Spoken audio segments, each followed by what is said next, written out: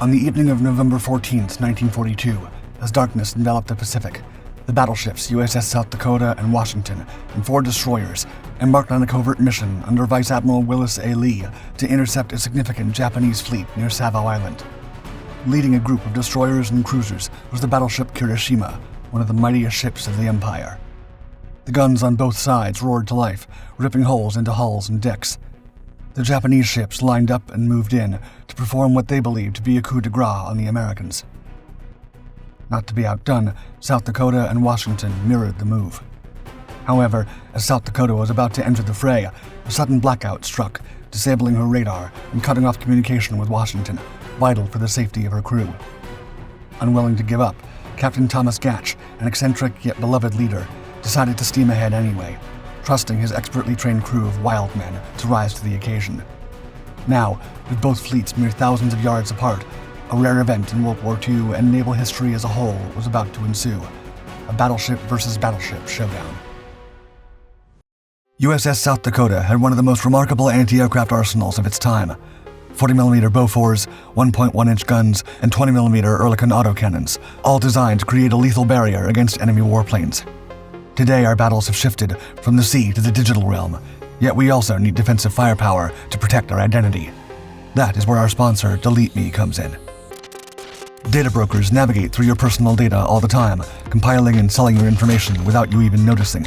This isn't just about getting unwanted emails. It's about protecting yourself from threats you might not see coming. Whether it's the risk of identity theft, phishing scams, or even personal attacks due to your online activity, these are battles you don't want to fight alone. Here at Dark Seas, we've enlisted Delete Me to secure our digital presence. They're a squadron of privacy experts who locate and remove your personal information from hundreds of data brokers and work hard on your behalf. Amazingly, we've seen the dashboard light up with all the sites scrubbed clean of our data. With Delete Me, you're not just signing up for a one-time sweep. It's all year-round surveillance, ensuring your information doesn't resurface on these brokers' radars. It's never been easier to reclaim and keep your privacy secure. And because we know you also want to protect your crew, there's a family plan option, so you can extend your protection to all your loved ones.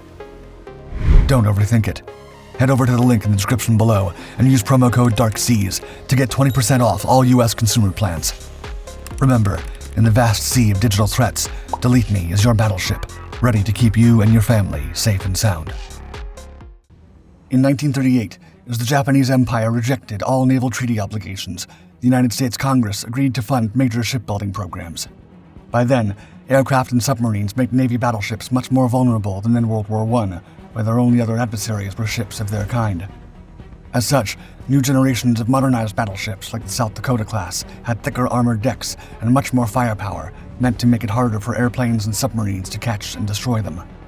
Displacing a whopping 35,000 tons, South Dakota, the first of her class, was the heaviest United States ship ever constructed. Despite being nearly 700 feet long, the vessel dashed through the seas at a top speed of 27 knots, placing it in the fast battleship category of the Navy. These ships were expected to participate in task forces alongside aircraft carriers, protecting them and destroying everything that posed a threat. Worsening relations between America and Japan hurried the construction of South Dakota, and when it was completed, the public was not allowed to attend the launching ceremony. Sure enough, by the time the battleship was ready for sea duty in August 1942, the United States was at war against the Axis powers. On August 16, 1942, exactly 3 years to the day before Japan's surrender, South Dakota and her 115 officers and 1,678-man crew began a long voyage towards the waters of the South Pacific. The battleship's first-ever commander was Captain Thomas Gatch, a known eccentric, admirer of Shakespearean sonnets, and an American Civil War connoisseur. With no previous combat experience, he quickly adapted, championing the philosophy that the primary role of battleships like the South Dakota was to decisively destroy enemy vessels and aircraft. As such, the skipper prioritized gunnery training at the expense of nearly every other task on his ship. Throughout the voyage, to ensure that their skills were honed to perfection, Gatch frequently summoned his crew to battle stations to drill with the ship's 16-inch guns, which fired massive shells weighing over a ton across a range of nearly 30,000 yards. With the constant drilling and practice, the men's gun handling skills improved quickly, and this speedy training earned the captain the nickname Gunpowder Gatch. Historians and former sailors agree that Gatch was an exceptional captain, adored by all his men for his unique leadership role. Gatch's leadership style was unconventional. He cared little for the traditional naval emphasis on appearance, allowing his crew the freedom to dress more casually. This approach fostered a unique camaraderie and a sense of rugged individualism among the sailors, often described as wild men. While the ship was often dirty, this did not imply a lack of discipline or readiness. The ship's guns were meticulously maintained. These unique rules and ways of living earned South Dakota a reputation unique among the Navy's battleships. But despite the somewhat unorthodox practices, as the battleship finally neared warfare waters, according to naval historian Samuel Eliot Morrison, quote, "No ship more eager to fight ever entered the Pacific, for Captain Gatch, by exercising a natural gift for leadership, had welded the green crew into a splendid fighting team." While on the way to the Solomon Islands, the battleship struck a reef, and the damage caused it to travel to Pearl Harbor for repairs. But this incident may have been a blessing in disguise, as workers also replaced the ship's anti-aircraft guns with highly effective 40mm models in quad mounts. By October 1942, South Dakota was finally on her way, just in time for the most heated moments of the Battle of Guadalcanal. As the end of the month approached, the Japanese troops were desperately trying to drive the Americans out of their land and into the sea, where a large fleet of carriers, led by their fiercest Empire commanders, was ready to strike and sweep away any American unit that stood in their way. And even though the U.S. Navy was still perfecting its air attack defense tactics, Task Force 16, commanded by Rear Admiral Thomas Kinkaid, consisting of South Dakota, carrier USS Enterprise, 2 cruisers, and 8 destroyers, was ready to fight. On October 26th, in the Battle of the Santa Cruz Islands, as the prime target, Enterprise was quickly swarmed by a dizzying volume of Japanese aircraft coming from all sides. Maneuvering as fast as possible to get close to the Big E, the men of South Dakota finally put their grueling gunnery training to good use and unleashed all the anti-aircraft fire they could, claiming 32 enemy warplanes destroyed, but officially credited with 26. This came at a cost, for the battleship would not escape the battle unscathed. Amid the anti-aircraft melee, a massive 500-pound bomb hit the vessel's main gun turret. While the gun mount was so heavily protected that the gun crew did not notice the damage, the men near the bridge, including Captain Gatch himself, surely did. Severely injured in the jugular, 2 quartermasters quickly rushed in to save the life of their beloved skipper. Back on the damaged bridge, the heat of the moment caused a communication mishap that caused the ship to lose control and nearly collide with Enterprise, with the latter maneuvering at the very last minute to avoid it. With the skipper out of the fight, the executive officers stepped up and stabilized the situation, resuming their protective role over the task force. But the scene was still chaotic, and the men of South Dakota, still extremely focused and stressed out of their minds, accidentally fired upon 6 SBD dive bombers returning to their carrier. This incident sparked a unique reputation for South Dakota: shoot first, ask questions later. According to Navy veteran Donald Young, Navy pilots had a simple rule regarding the South Dakota-class battleship, quote, "Don't fly anywhere near that big so-and-so. She'll shoot you down." Although the Americans suffered heavy losses, the battle for Santa Cruz forced the Japanese to move northward and away from the island. On the morning of November 14th, South Dakota was about to embark on her wildest adventure yet. When the Japanese group attacked a field in Guadalcanal Island, Task Force 64 steamed right towards the attackers, led by Admiral Lee, made up of Enterprise, Battleship Washington, and South Dakota, with the heated Captain Gatch back in command. But as the sun set, knowing the Big E could not perform nighttime air ops, Lee commanded the 2 battleships and 4 destroyers to look for and destroy the enemy. Shortly before midnight, around Savo Island, the duo of battleships encountered the angered group of enemy destroyers and cruisers, which quickly unleashed their power and damaged all ships. As a duo of heavy cruisers and battleship Kirishima closed in for a showdown, Washington and South Dakota did the same. But as the latter steamed towards them, all electrical power was lost to a malfunction, leading to a radar error throughout the rest of the fight. Now, with no way of contacting Washington directly, South Dakota and her men had no choice but to face the darkness directly, steaming right towards the Japanese vessels as the enemy fired nearly 3 dozen torpedoes. And as the smoke cleared, the American battleship remained unscathed. But the worst was yet to come. Now, with South Dakota only 5,000 yards away from the Japanese task force, the enemy shined their lights upon it and fired mercilessly. While battleship versus battleship is a rare occurrence in World War II, on that fateful day, this was the reality for Gatch and his men. Despite all their best work, they could not stop the enemy from scoring 42 hits, causing many casualties and wounded. South Dakota was severely damaged and in deep trouble. But this carnage had a silver lining, as the fire and noise from the battleship-to-battleship encounter allowed Washington to spot the positions of every ship. And so, in retribution for their beleaguered comrade, Washington unleashed her main battery, reducing Kirishima to a ball of flame, while the heavily damaged South Dakota escaped the battle at full speed, as did most of the other surviving Japanese ships.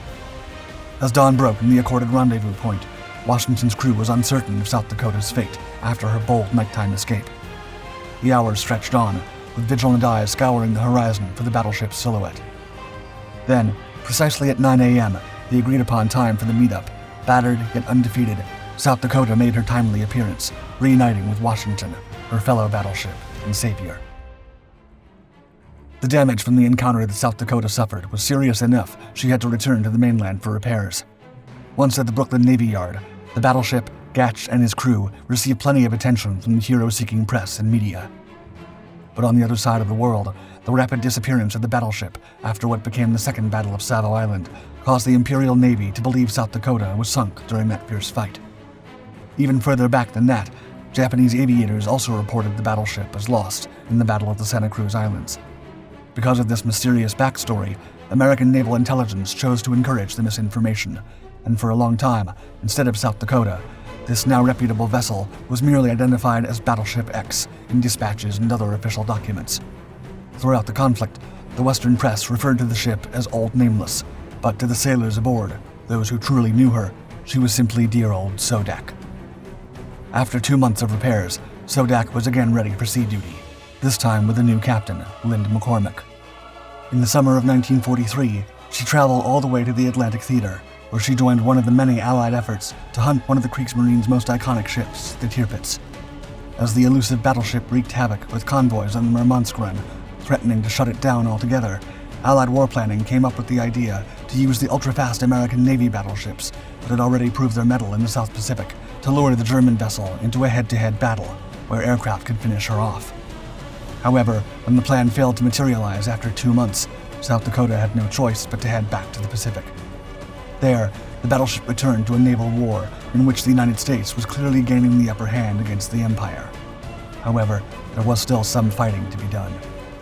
Between mid-November 1943 and June 1944, the ship participated in actions in the Caroline Islands against a sizable Japanese base at Truk and in support of marine landings on the Mariana Islands, mostly providing anti-aircraft protection. During the iconic Marianas Turkey Shoot, where the Allies accounted for over 400 Japanese planes in a single day on June 19, 1944, South Dakota was the only major ship that suffered damage, as a 500-pound bomb hit the captain's quarters and injured over 50 men. After a refit, the battleship returned to the war, albeit with some new crew members, including Alan Vernon Robinson, a journalist turned sailor who chronicled South Dakota's final year of operation in World War II. In late September, as the Allies attempted to capture each of the Marianas Islands, Ulithi Island, the easternmost atoll in the chain, was taken virtually without opposition. However, Peleliu was much more heavily defended, and the struggle required 2 of the harshest months for the crew of USS South Dakota.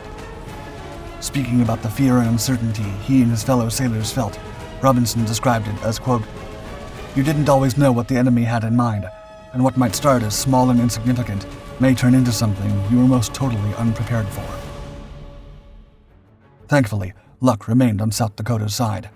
From late 1944 on, as the fierce engagements South Dakota's men fought became less frequent, the battleship served mainly as a carrier escort and provided shore bombardment, mainly on Okinawa and in the Philippines. On July 14, 1945, Sodak became the first enemy warship in nearly a century to fire directly upon the Japanese mainland. As night fell on August 10, 1945, after finishing a bombardment of Kamai-Shihad, the crew had barely survived a kamikaze attack and were ready to spend the rest of the day relaxing when they were notified of the Hiroshima and Nagasaki bombs from a few days before.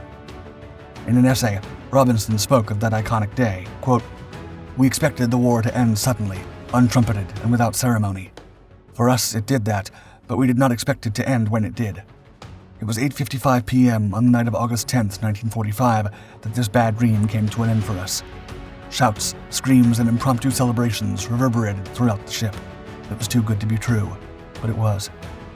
South Dakota was one of the American vessels on Tokyo Bay. On September 2, 1945, when Fleet Admiral Chester Nimitz officially accepted the surrender of the Japanese Empire. By the time the battleship left the bay a few days later, she'd traveled 246,970 miles, nearly the same distance from the Earth to the Moon, having claimed 3 ships and 64 airplanes, an outstanding 13 Navy battle stars, and changing the lives of the hundreds of men who lived and served aboard USS South Dakota. A solid salute to Delete Me for arming us in today's digital voyage. Snag their exclusive 20% off for U.S. consumer plans and fortify your online defenses. Rally with us against data brokers and activate Delete Me. Click the link below and take command of your digital privacy today.